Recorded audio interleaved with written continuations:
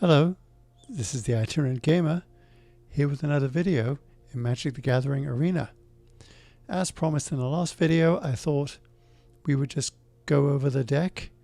This is the Boros Equipments deck that I've played in the last couple of videos, and go over and give you an outline about how it works and all that fun stuff.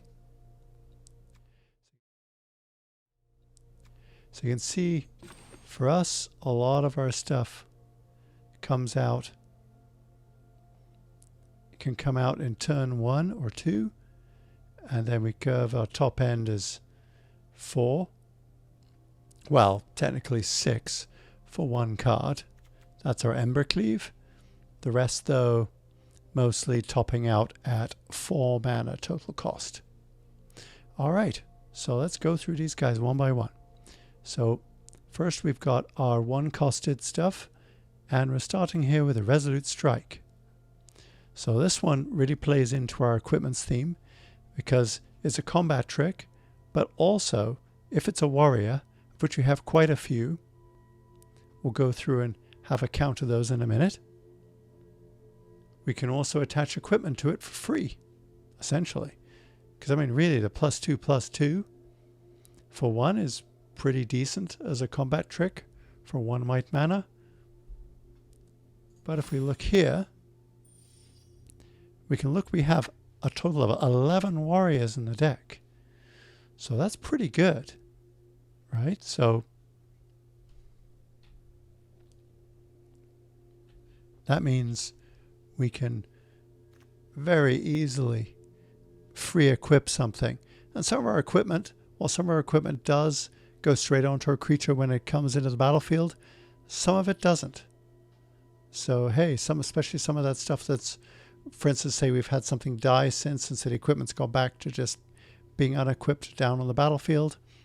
We could use this to surprise attach this to something, essentially removing an opponent's blocking creature.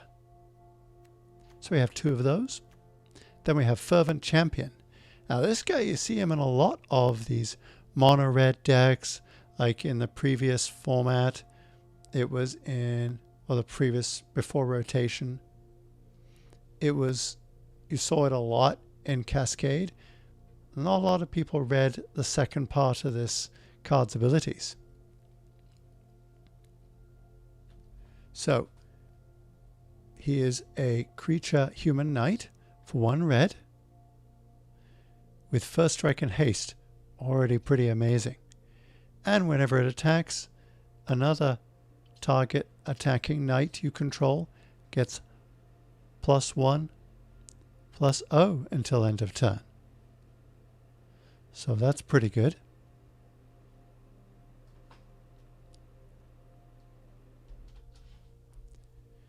And then on top of that, so if you have 2 of these guys or one of our other knights here, should we have, let's see, how many knights do we have? So knights, we've got a total of 3. So essentially it's just all of our Fervent Champions. But if we happen to have 2 on the battlefield, they get pumped. It's this second phrase here, though, that's key.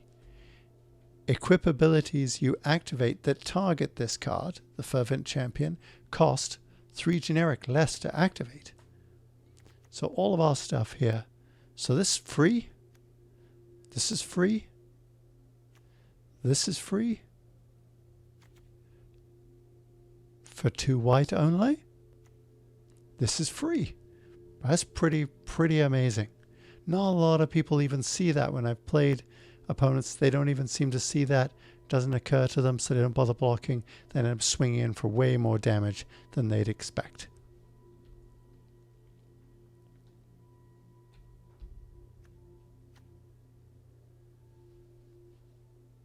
Okay, then we've got our Fireblade Charger. We just have 1 of him in the deck. You cast him for 1 red, and he's a creature goblin warrior. As long as this guy is equipped, it has haste. Okay, so, and then additionally when it dies, deal damage equivalent to its power to any target. That's the real benefit. Now, of course, if we get super duper lucky and we drop you and then you on the same turn, late game, this could win us the game. Admittedly, the condition's pretty narrow, but it could. But the big key here is if it's gotten pumped by some equipment, so we piled a whole bunch of equipment on it, and then it dies, we could end up doing a lot of damage to the opponent's face. Or some big-ass creature, big, massive creature they have on the battlefield. Okay, and then we've got our shocks for some removal. Very useful, either to the opponent's face or to some creature that's going to be blocking in the way. This one's super useful. We don't have a lot of flying creatures on our deck. In fact, I'm not sure we have any at all.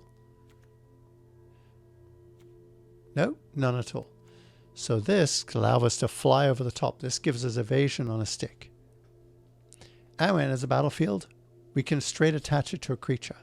So obviously we're incentivized to hold it in our hand until we get at least one creature on the board. Of course, we've got 2 mana up, drop a Fervent Champion, drop this on it, and off we go.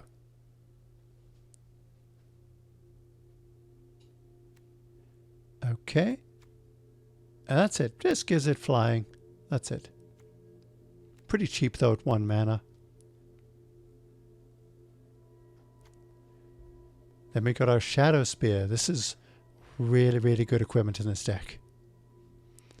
So for 1 mana, so you get a legendary artifact equipment. Equipped creature gets +1/+1 and has trample and lifelink.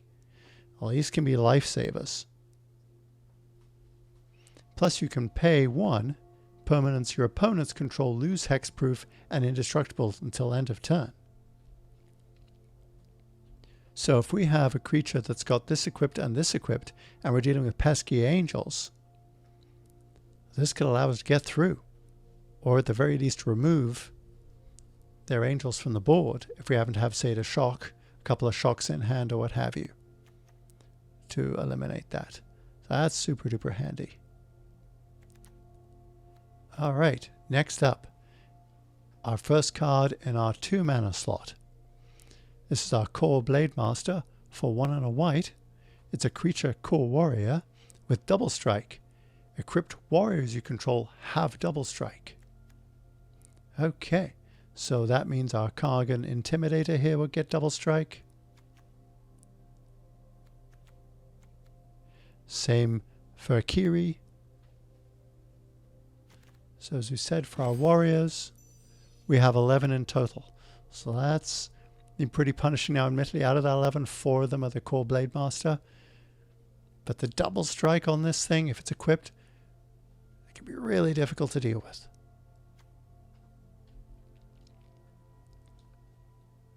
Okay, in the second card in our 2 slot, we've got 2 copies of Sajiri Shelter / Shajiri Glacier. So either we can protect one of our crucial creatures. Say we've got a creature on the board where we've stacked a lot of equipments on it and we need it to live for 1 more turn. We can protect it for 2 mana here for 1 and a white. And then if we don't use this effect, which I found I don't often end up using, but like I said, super useful, we can just put it down as a land, as a tapped white land. Then we've got Kargan Intimidator for 1 and a red. Just have 1 copy of him in here. He's a creature human warrior. Cowards can't block warriors. So for 1, choose one that hasn't been chosen this turn. Either Kargan Intimidator gets +1/+1 until end of turn. Target creature becomes a coward until end of turn. Or target warrior gains trample until end of turn. So you just to get through some crucial damage, especially if we've equipped him with something, could get in that last bit of damage we need to win.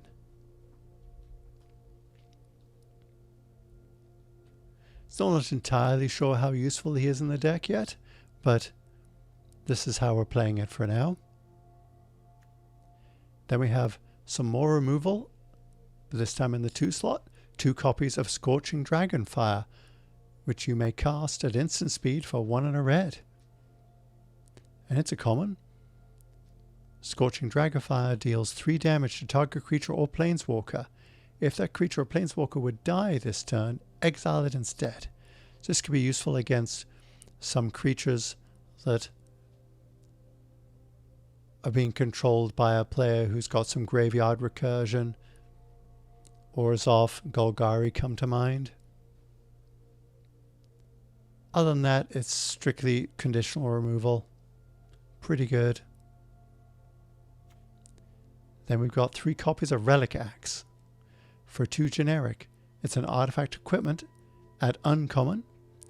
When Relic Axe enters the battlefield, attach it to target creature you control. Target creature gets +1/+1. If it's a warrior, it gets +2/+1 instead.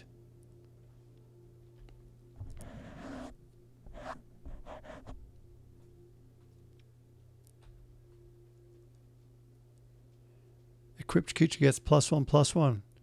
Yep, I've already talked about that. But if it's a warrior, it gets +2/+1 instead. And you can equip it for 2. But hey, that's only if you're going to worry about that if the creature it's equipped to dies.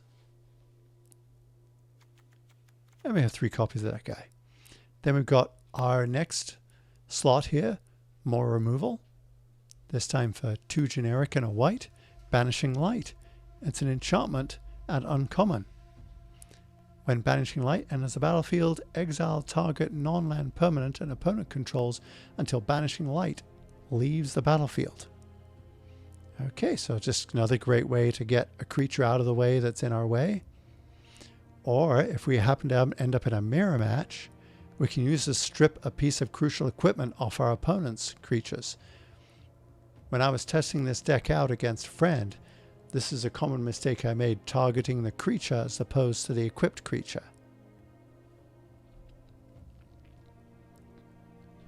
Both he and I built Boros equipment decks at the same time. We tested them against each other just to see how they'd work.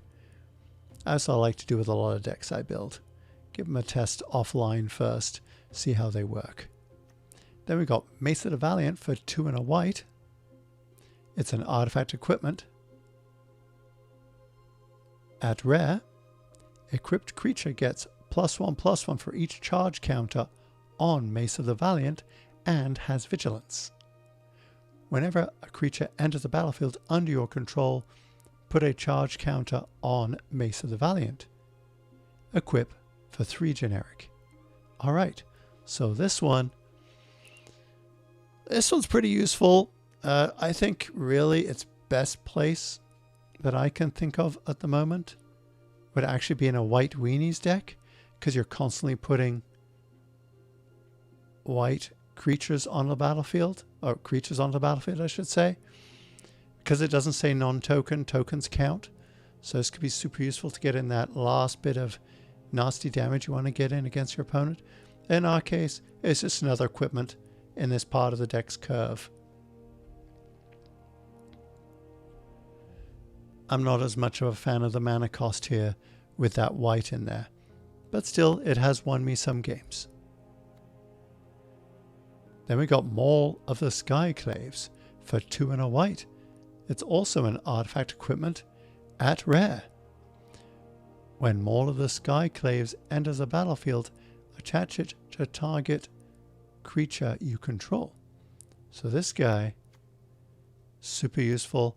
Unlike this one here where we have to pay the equip cost, this guy we're going to equip right off. So that 2 and a white feels like less of a penalty because we're not sinking a total of 6 mana into it. Equipped creature gets +2/+2 and has flying and first strike. So this is another one that can turn a big creature into a flyer. Super useful. Definitely won me some games. Great piece of equipment. We have 2 copies of that. There is part of me that's thought about pumping this one up to 3 copies, this one up to 3 copies, and dropping this guy. We'll have to do some more play testing to see if that's worthwhile.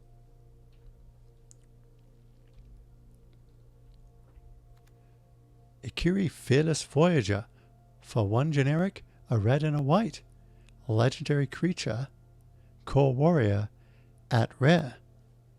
Whenever you attack a player with 1 or more equipped creatures, draw a card. So if she's on the battlefield, we've already got either her equipped or preferably another creature equipped. We get to draw a card every time we attack. We don't have to succeed in our attack, just attack. We can also pay a white, and if we do, we may unattach an equipment from a creature we control, and if we do, untap that creature and it gains indestructible at the end of turn. So we can save an equipped creature, then next turn re-equip it again. Really, really useful. That's come in handy a couple of times. You do have to keep an eye on that though. Just make yourself aware that that ability is there on the card. I've forgotten it a couple of times when playing practice games with the deck. Don't forget about this ability. It can really save your skin. Truly can. And then here, up in our 4 mana slot, we've got 2 cards. Well, 3 cards really. 2 copies of Scorch Rider for 3 and a red. It's a creature human warrior, so another warrior. You can kick it for 1 and a red. When Scorch Rider enters the battlefield, if it was kicked, it gains haste until end of turn. So this could be super useful to attack in. Another good equipment target possibly too, if we're really late game and have a lot of mana available.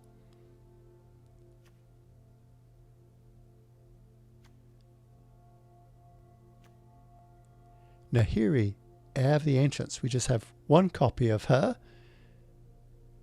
at 2 generic, a red and a white. Legendary Planeswalker Nahiri at mythic rare.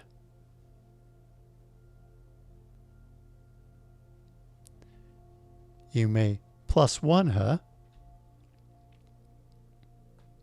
to create a 1/1 white core warrior creature token.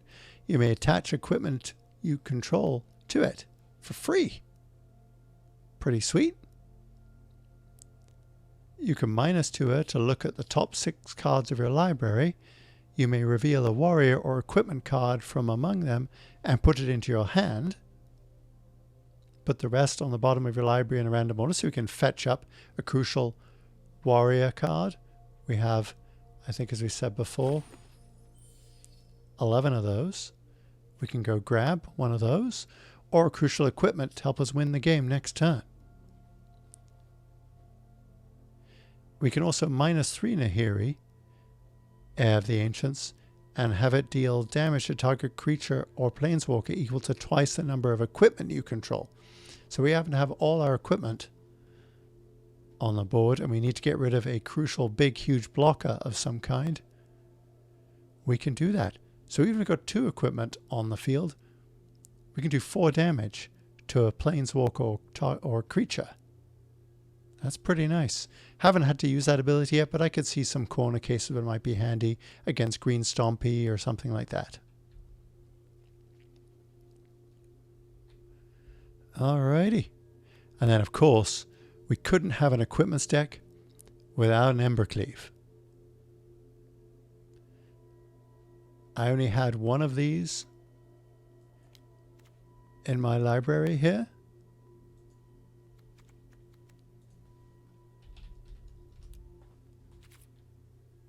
Yep.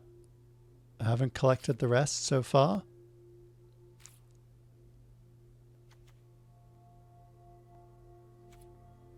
But I might end up doing it. I'm still a bit concerned. I don't know if it might get banned. I don't think it will at this point. It's already made it past rotation. So unless something else comes with it, I might end up actually putting, say, 1 more of these in here and possibly cut Nahiri. Again, more playtesting will determine that for us. Oh, I have just realized something. We do have a few cards in the sideboard, but I've just put them there to remind me that they could be useful. A lot of them for just going up against my friend who's also playing equipments. Also good in the mirror match. Things like this one here, Disenchant, where we can blast someone's equipment off their creature if we're in the mirror match. Rest of these guys, not really worth talking about. I wouldn't include them in the deck, although this guy is a pretty good creature for a lot of things because he can protect himself. So he's pretty handy as well.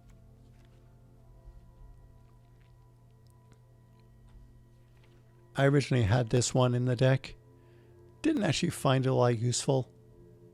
So I ended up swapping it out for more copies of other things that I found far more handy.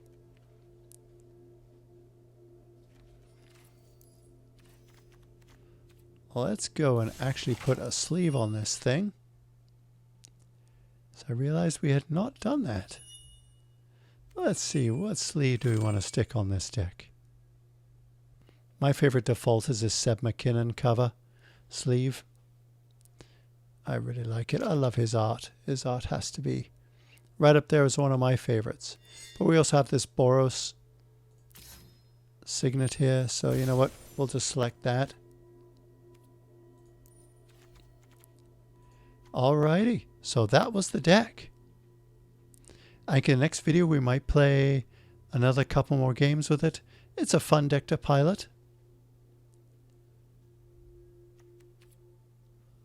Let's go back over. Save the changes. This has been the Itinerant Gamer, and I want to thank you for watching. And I wish you a very pleasant day, no matter where you are.